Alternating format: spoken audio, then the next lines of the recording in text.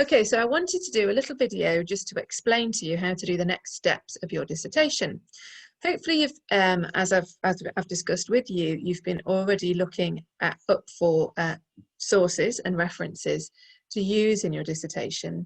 And so the next step is to start to write about those sources, to start to formulate chapter 2 of your dissertation, which is the literature review. We tend to do chapter 1 later, so don't worry about that for now.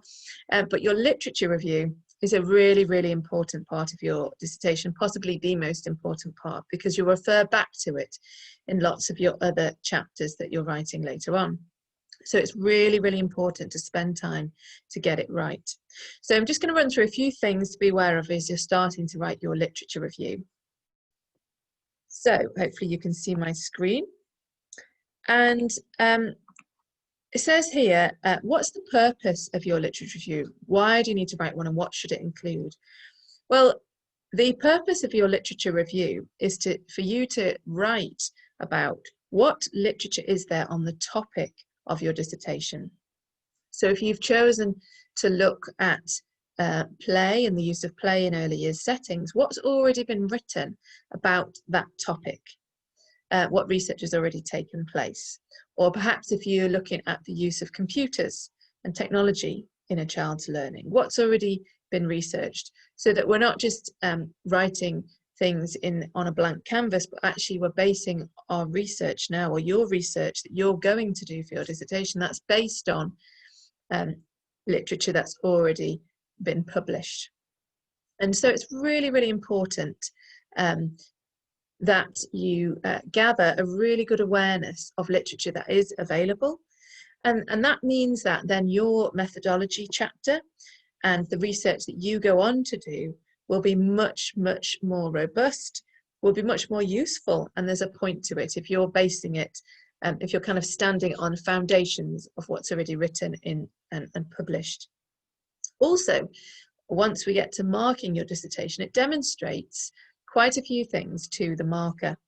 It demonstrates firstly that you're able to find sources.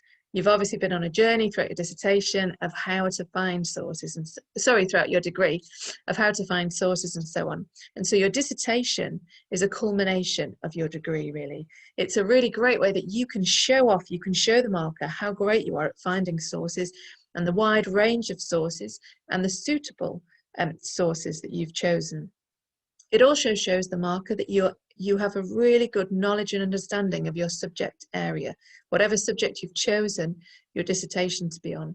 So it's really important that you see your literature survey, your literature review, as a kind of a showcase of your skills and abilities, because within your dissertation you should be able to get a really, really good mark because you've got a long time to write it. It's a subject that you want to do, and you've been developing all of these skills throughout your academic journey. So they're the reasons for the literature review. Hopefully you've already been searching for sources, but this is a little picture just to help you to think about that.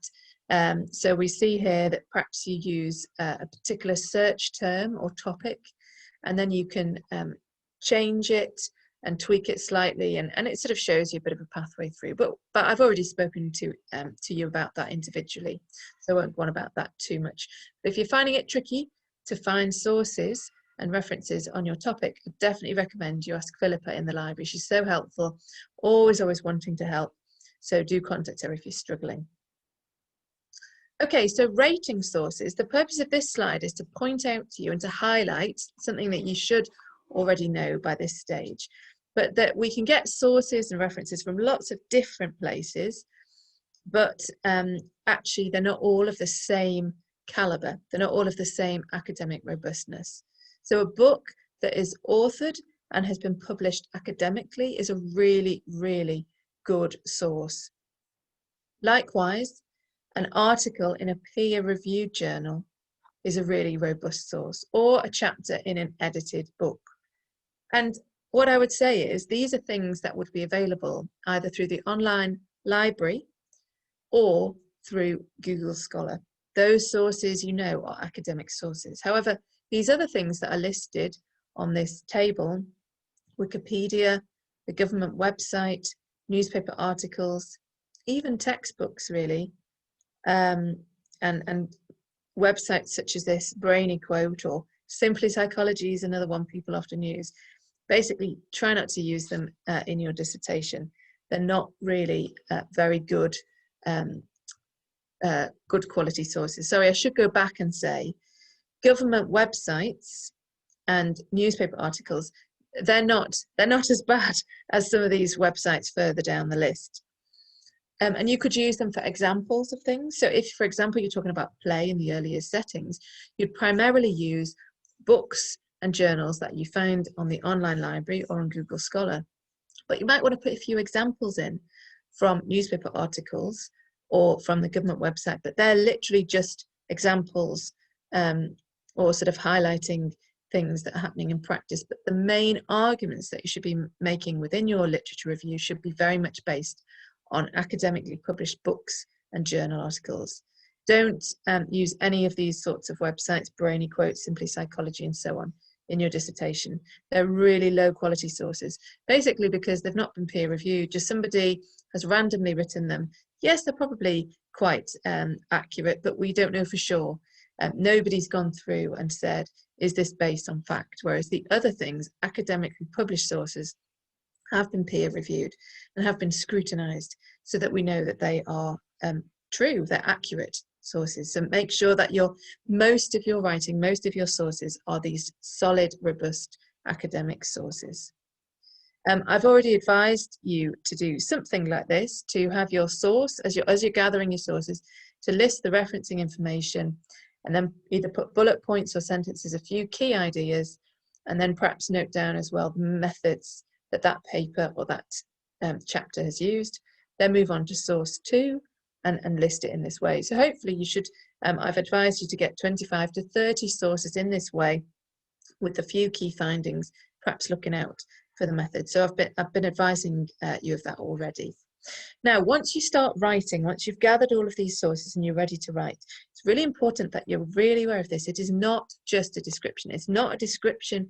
It's not listing all of the information that's already been written on this subject. Think about these terms: summarizing things, synthesizing things, analyzing, and arguing. So really spend some time thinking about that. It is analyzing, it is scrutinizing, it is putting on those glasses, the imaginary glasses, and thinking, right, I'm not just going to describe this, I'm going to analyze it. My magnifying glass, so that I can really scrutinize everything that's going on. Think about how can you show us in your literature review that you are good at critiquing, you're good at critical analysis, you're good at doing these skills. And so here are some things to help you with that. Think about your own literature review. What is your question?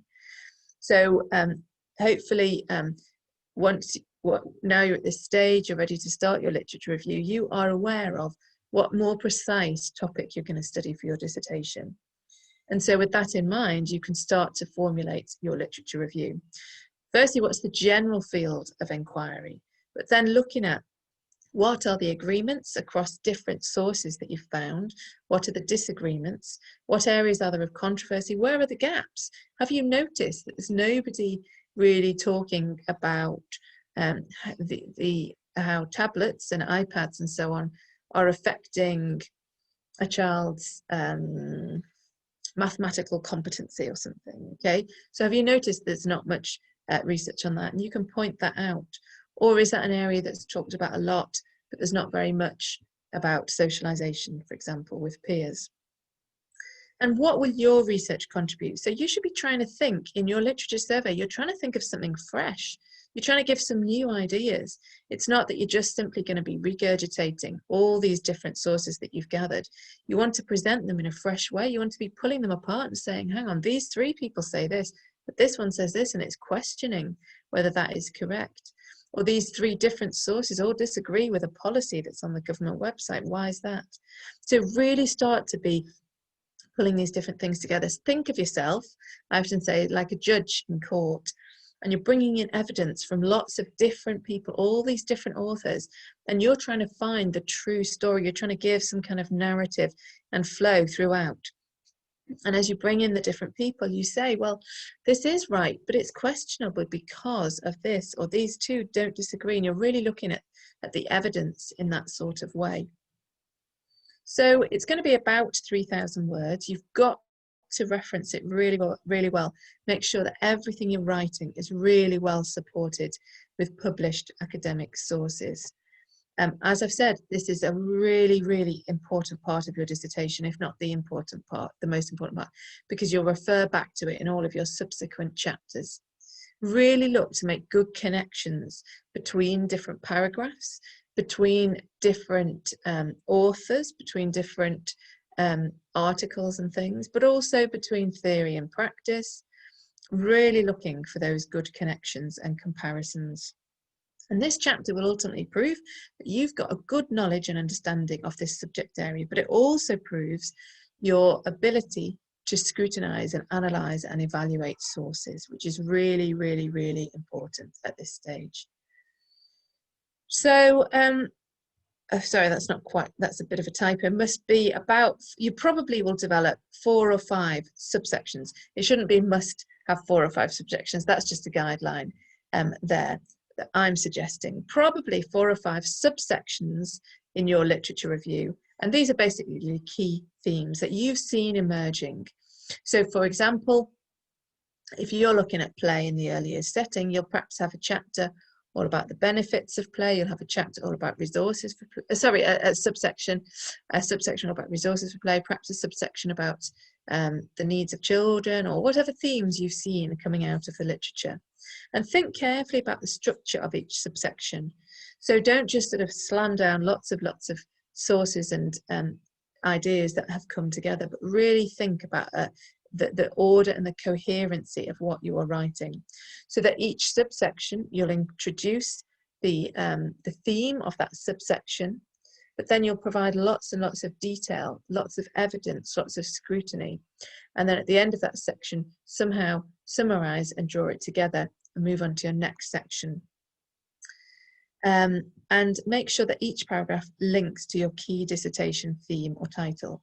So if, for example, you're doing your dissertation about play in early years settings, but you really want to do a chapter, a subsection about nature, for example, because you think that's important to play, you need to make sure that when you're writing your nature subsection, that it's not just kind of out there on its own, but that you make a few connections back to play throughout that subsection. So perhaps at the beginning, middle and end of the subsection, you really highlight and say, so this dissertation is looking at play. Nature is an important part of that because da, da, da, da, da. And then partway through, make some kind of link back to play. And then at the end of the subsection, link it back to play. So whatever your key dissertation theme or title or idea is, you must be connecting back to those sections. So hopefully this gives you a few pointers as you're starting to write your literature review. I would really recommend that you start to do some of these sections if you can in the next week or two, and then bring them to me, bring whatever you've done in the next few weeks, and we can see how it's going and see how we can develop it and improve it and make it really, really, really strong. So well done. Feel free to get in touch with any questions that you may have at any time, but of course drop in on my dissertation drop-in hours as well. Okay, hope that was helpful.